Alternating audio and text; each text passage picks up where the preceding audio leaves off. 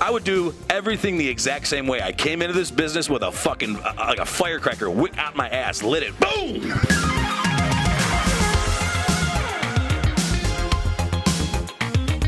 Hey guys, welcome back to another interview here on Tone and Entertainment. Today we're at Pride of Wrestling. Yeah. And I'm joined by August Artois. How you doing, August? I'm better than all these guys are. That's the most important thing. And if you're going to introduce me properly, you got to say he's real, he's raw, he's the goddamn draw. He's August Artois. Man, you have a voice. Well, you have a look for television, but you also have a voice for radio. You have a face for radio. Thank you so much. I appreciate that. Now, you do some podcasting in addition to professional wrestling, because I did listen to one of your shows with Mikey Spandex. Oh, yeah. Yeah. Good guy Mikey Spandex is. Now, that seems to be a general consensus around here lately. What's going on? In Florida wrestling, you either like DMC or Spandex. You can't like them both. You can't like them both. Nope. I'm the rare anomaly then that I can actually like them I'm a both. DMC fan. You're a DMC dude? I'm a DMC dude. Okay. But yes, the podcast. Yes, let's talk about the podcast. Real and Raw with August Artois. It started off, I just started hearing these podcasts where people were just, jerking people off online and, asking stupid questions like, tell me about yourself, stuff like that. So I started my own, and I was realizing, like, no one's calling out these people that aren't cutting good promos, that don't have professional gear, the stupid things that everybody bitches about in the locker room, but nobody will say. I started saying it. It got a little bit of heat. Some people didn't like it. Some people saw their promos on there, and they're like, you can't do that. I'm like, go fuck yourself. Simple as that. It has gotten, it's in, I think, eight or nine different countries already. I was going with it for a while, and it got to the point now where I'm busy. I don't do it anymore. Well, I do, but I don't. If you want it, I'll do it. Okay. Yeah, definitely. I would definitely do it. It's hot as fuck in this corner. It is hot as hell in this corner. Well, I'm like, oh no, it's indoors. It's going to be nice and cool today with a jacket. Ladies. Come on now. Now, speaking about being real and raw, you definitely, you hold no punches back. You are a man that you're going to say what's on your mind, and we do appreciate that. Do you think that's what's missing, maybe, not just in professional wrestling, but just in the world today? Well, you'll see soon. I got a documentary coming out. We interviewed some really good people in this business, some professional people that have made it, some people that are almost made it. And the consistent thing that people keep saying is, this guy might rub you the wrong way, but he's going to tell you the truth.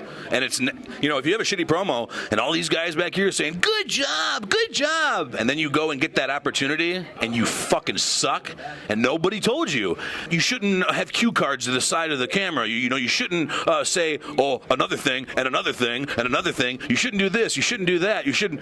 Nobody wants to hurt people's feelings. So real and raw to me, it's not me hurting your feelings.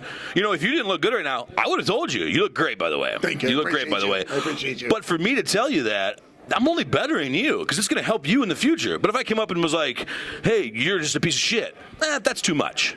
The things that I do say that piss people off, there's truth in it. Always. Ask Bud Heavy.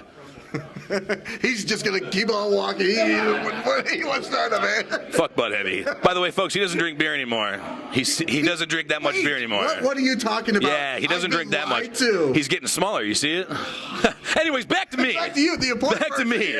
Jesus Christ. Now, tonight, I talked to your opponent earlier today. Yeah. No avail. No avail. No avail can't wait to kick you in the face tonight. I know. What they say about pushing my skull back into my face and some stuff like that, here's my thing. It was some Mortal Kombat shit. No avail. Like, in Florida, and I pride myself on saying this all the time, there's a lot of guys in this state that don't leave this state, let alone their city. No avail's well-traveled. People know who the hell No Avail is. So finally, I'm coming to Pride of Wrestling and having a match with somebody who's going to get more views maybe than me. So it's good to be with somebody who understands this business as being a star and being on another level. It's more than just arm drags and fucking hip tosses, you know what I'm saying? And No Avail gets that. And that's why I'm excited to step in the ring with them, but I'm going to shove my foot up their ass. We're going to make sure we call it right down the middle here today. Right down the middle of his ass. Or their ass. Their ass, yeah. And their asses, too. All their asses. Everybody walking by right now. Now, this is my first Pride of Wrestling show. Sorry to hear that. Oh, but hey, first is better than none, right? Dude, it's a great show. I'll pull the curtain back a little bit, and I will say that it is, besides the company that I work for, and I won't say any names because I'm not going to push anybody, WWN. It's one of the most professional companies I've ever worked for. You get the meetings, you got the time set up. Everybody knows what's going on. You get the merch set up. The meetings are all going. The VIP's on right now. Things work very good here, and I'm very happy to be part of this company. Actually, I should say they're very happy that I'm a part of this company. Now, it's our first time ever officially really meeting. Well, besides that one time in Philadelphia in the alley. Well, yeah. $20. It was just 3 weeks ago. But Philadelphia's a blur. It was Mania weekend, you know. But, yeah. You know, from what I can gather, you're a very respected person in the world of professional wrestling. Not by these fucking losers. Well, in the business of professional wrestling, the actual true definition of professional wrestling, not Florida wrestling, because that's a whole different fucking category. Yes, I'm very well respected. You know, if you go through my phone, there's people in my phone that I have contacts of that these guys probably would die for an autograph for. You know what I'm saying? Like, these are guys that I consistently talk to on a day-to-day basis, and you know, they know I'm doing the right thing. They know everything. We got some douchebag back here. Somebody's going back here through the. I see flashes of bodies going. They know everything I'm doing. I came into this business. You know, this business. A lot of people like to treat it like a Thursday night bowling league. Like, let's all be friends. Let's all hang out. Fuck that. I'm here to make it to the top. And if you're in my way, I'm gonna knock you right off the fucking mountain if I have to. I mean, we could bullshit and talk later, but at the end of the day, this is a business, and I want to be the one, not you. Simple. Let me ask you, if you had to give yourself some advice from the very first days that you trained as a professional wrestler to where you are here in April of 2024, what would that advice be? Don't change a fucking thing. When I first started, there was guys. Some of them are actually in this locker room. They would hit up my coach and say, "Hey, who's this August kid? You need to tell him to dial it back, calm down. You know, he's going to ruin his whole reputation." Well, let me go ahead and say, in about 4 days, I'm leaving for my second UK tour. Before I even get back to the UK, I got to go stop in Puerto Rico to go wrestle for IWA. Then I'm going to Costa Rica. Are you kidding me? So it seems like you... What advice would you give me? Fucking mind your own goddamn business would be the only advice I would tell everybody else. To me, I would do everything the exact same way. I came into this business with a fucking, like a firecracker, wick out my ass, lit it, boom! Next thing you know, I'm the guy. I'm real, I'm raw, I am the goddamn draw. Like I said, second UK tour. Could you imagine? Some of these guys have been wrestling for 20 years. They've never left Pinellas County. Are you kidding me? Facts. It's facts. I mean, I'm just going to... We'll get that later. I'm just going to go ahead and say that. I'm going to get it now. What would you say is the biggest difference between the crowd in the U.S. and the crowd in the U.K.? Dude. I've heard some stories. The crowd in the U.S. sucks. Completely sucks compared to the UK. I'm over in the UK, and like I'm fighting a guy named Tony H. Shout out Tony H, you fucking potato-eating bastard. Wanker. So over here, they'd be like, Tony H, Tony H. Oh, not over there.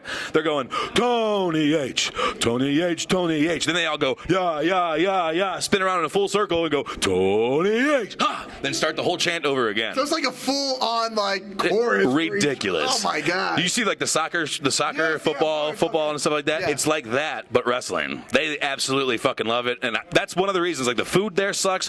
The pretty women are ugly. The ugly women are ugly. The fucking guys are all fucking little cock-sucking dick fuckers.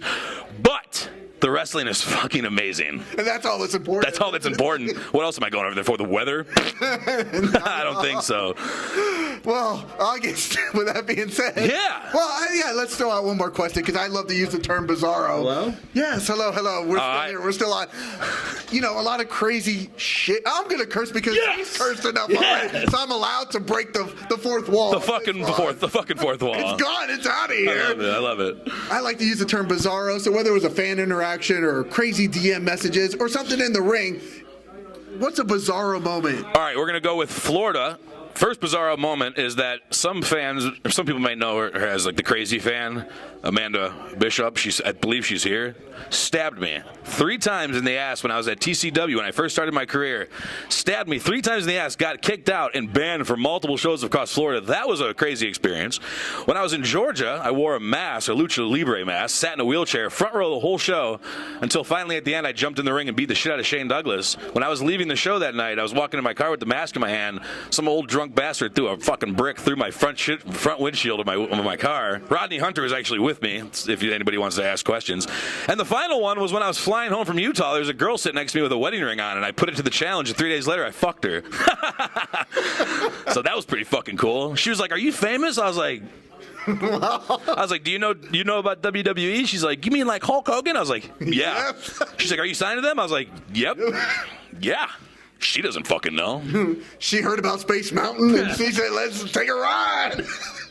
I don't even wear Rolexes, but shit, you know. Woo! Well, congratulations on all those accomplishments. Hey, congratulations to you. Well, thank you. I keep seeing your shit going on and on. I saw you in Philly. I was sitting at my table. I was talking to somebody. I saw you walk by. Right. We didn't have our time, right. but I saw you. I was like, that motherfucker. I'm here. He's here, and not one of these motherfuckers were, but he was. I was there. We were in Philly. Yeah. So, ladies and gentlemen, make sure you follow, like, subscribe. Mike Orlando's in a movie that no one gives a shit about.